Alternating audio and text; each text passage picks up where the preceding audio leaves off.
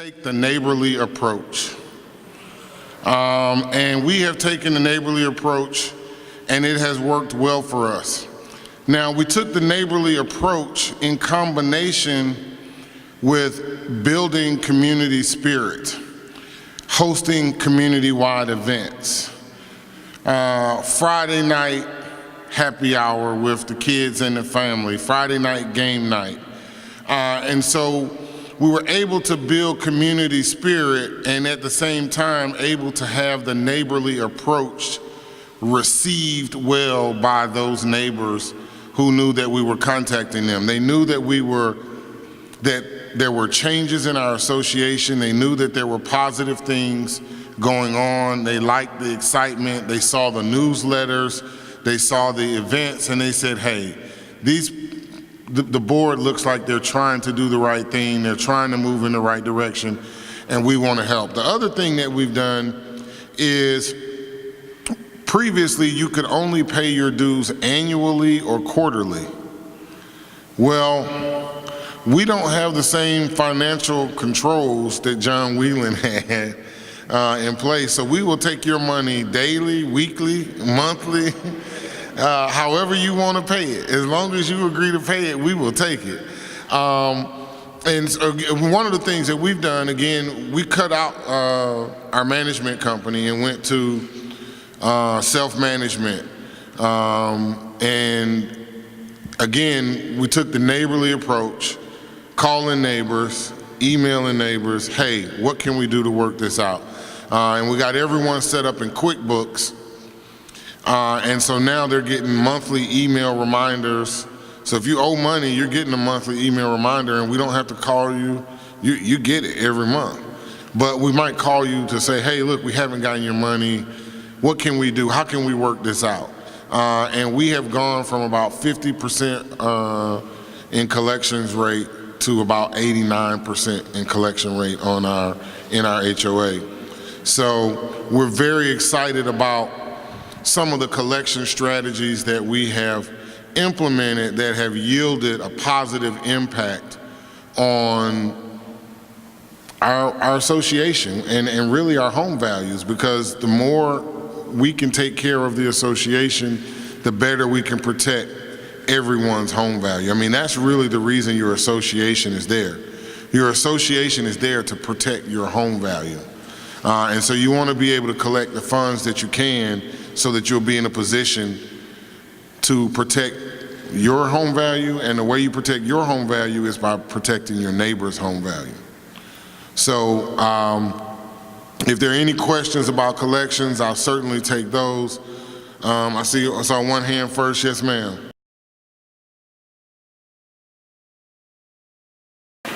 I would recommend that you keep it in a social committee, and the situation that you're describing is similar to the situation that we had in my subdivision. I was in a John Whelan, I'm still in a John Whelan subdivision. We had an advisory committee, and then under that advisory committee there was a social committee, there was a ACC committee, finance committee, basketball committee, tennis committee, all of those different committees. And yes, the social committee was also in charge of the renting of our clubhouse. And so what we did was we used the money from the rental of the clubhouse for petty cash for the association.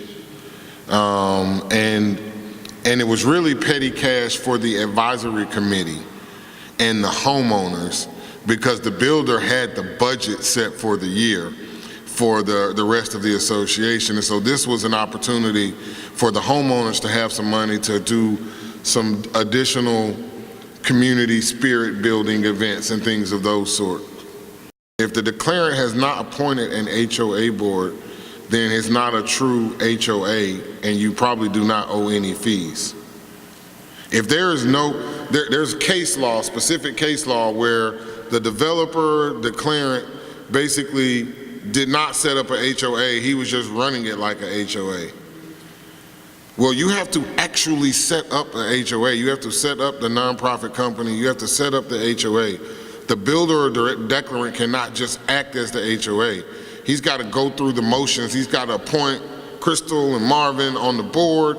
We've got to have meetings. We've got to have minutes from those meetings. And if none of that is occurring, then there is no actual HOA, or maybe there is a HOA, but I don't think, but the declarant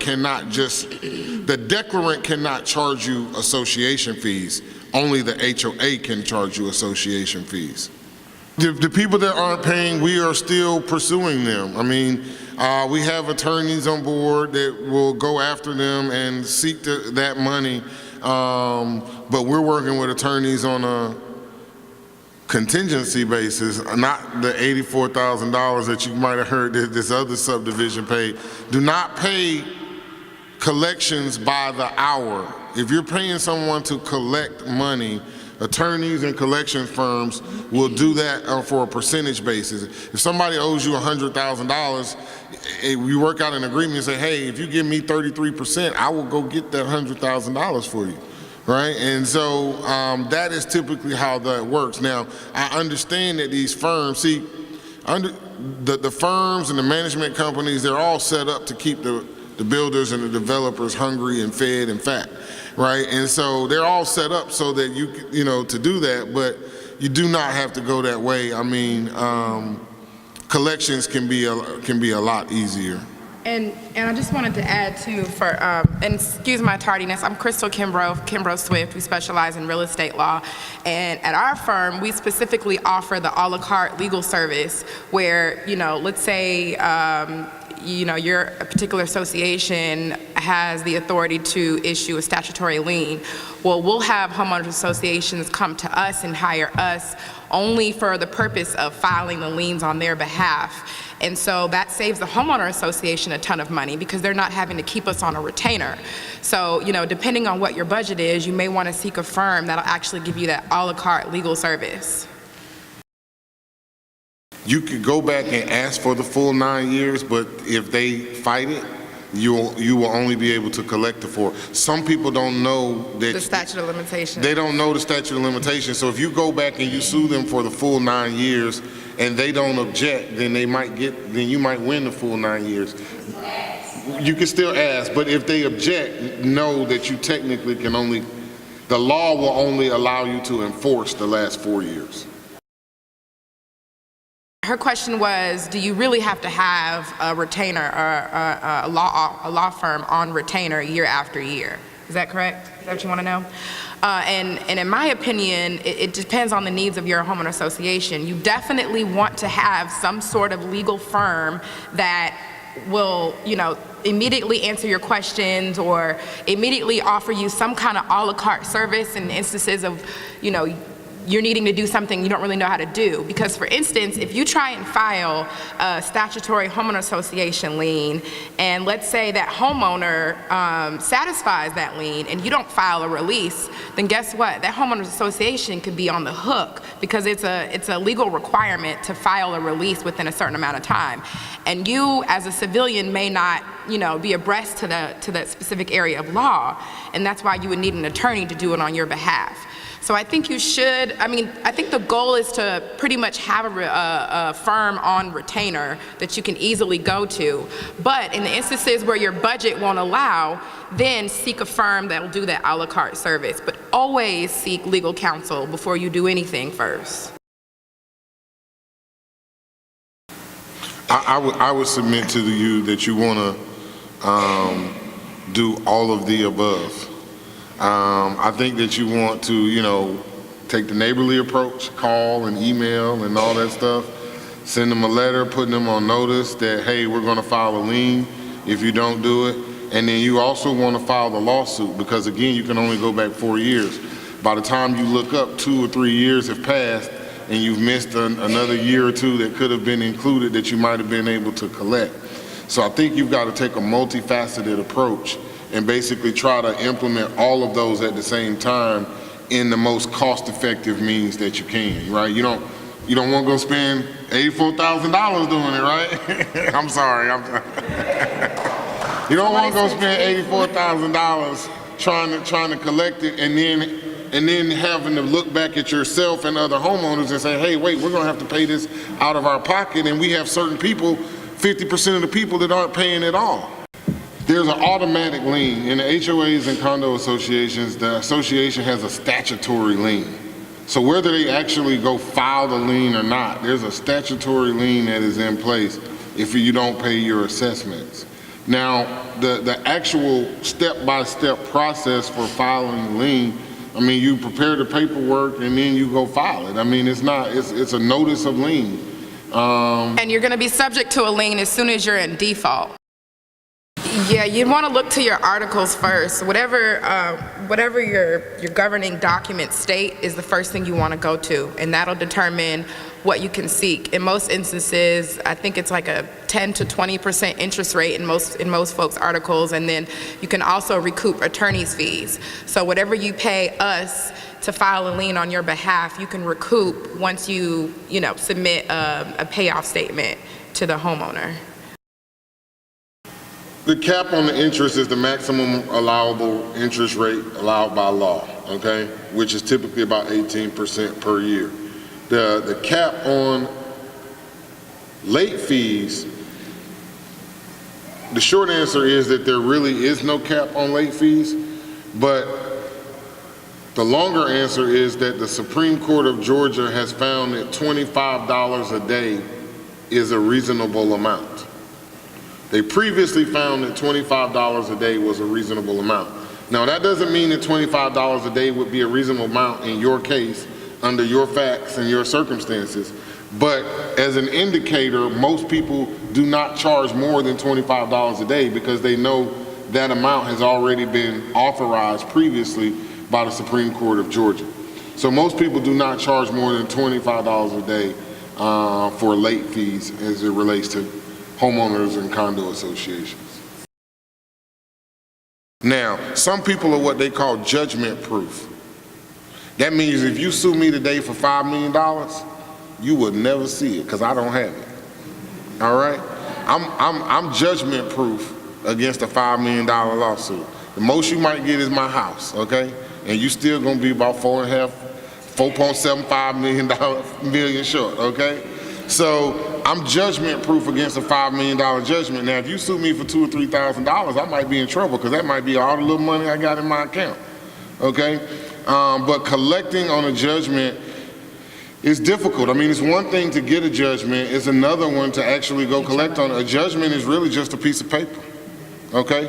And so you could, some people will be like, okay, you got your paper, now what? All right?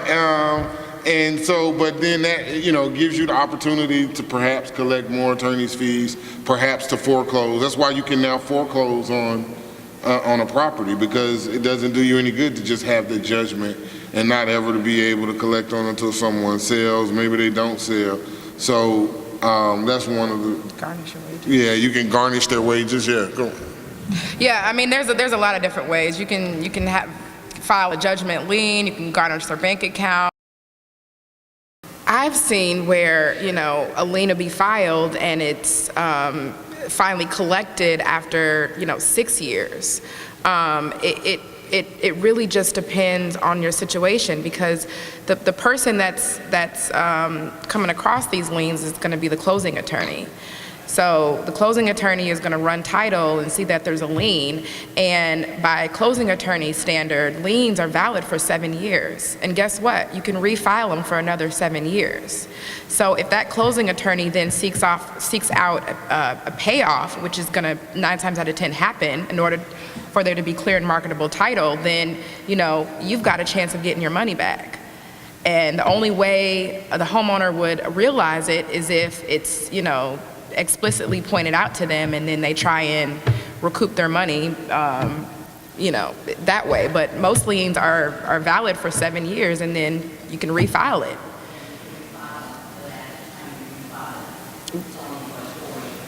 Well, no, I've seen it in my practice where, the lien was from 6 years ago, and you're collecting interest from the entire time.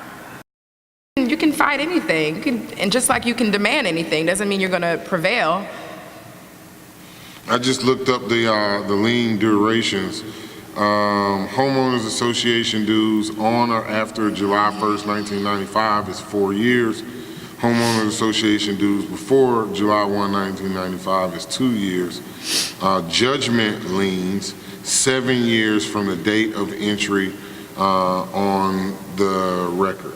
So, and judgment liens for previous, for land owned by a previous owner is 4 years from the date of possession. So again,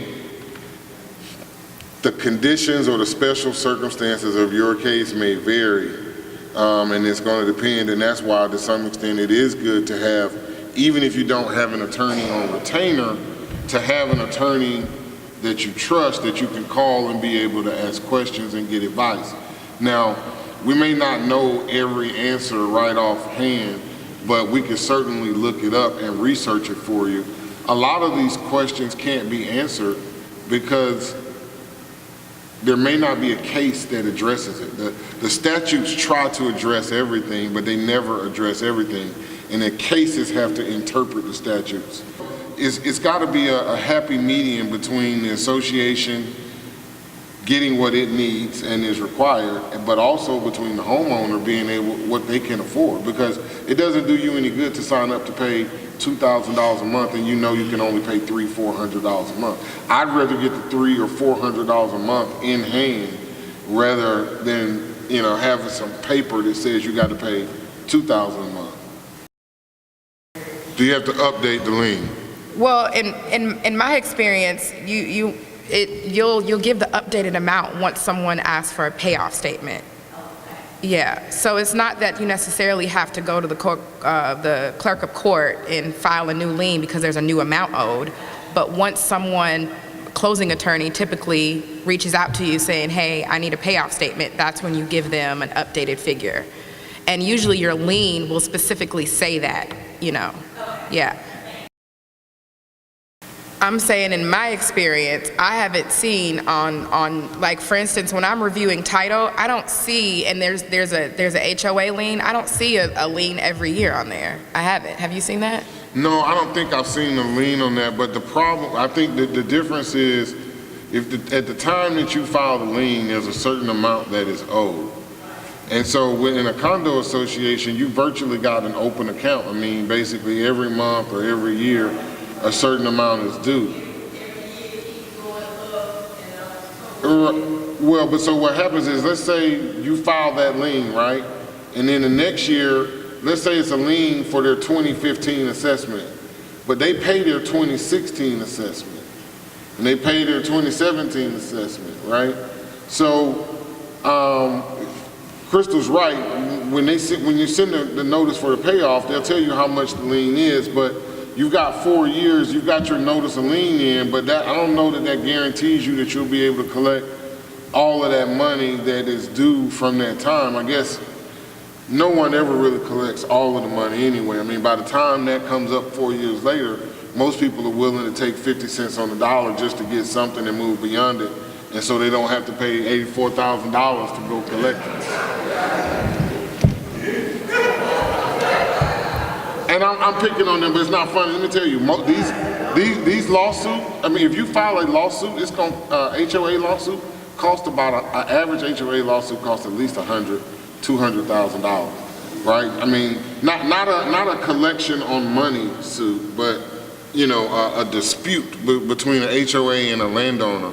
By the time you take depositions and do all of the things that are required, you easily get to $50,000 to $100,000, $200,000 in attorney's fees. Now, if your insurance company is paying that, then, you know, it's no big deal. But we just had a case where a person spent $200,000 in attorney's fees, and guess what? They won $100,000. Now, I'll let you tell me, is that a win or not?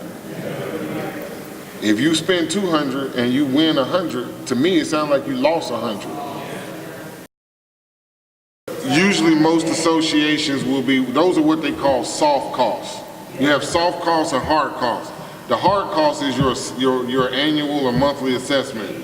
The soft costs are your interest and your late fees, and typically most associations will waive interest and late fees if you'll pay them the full principal amount or all of the hard costs.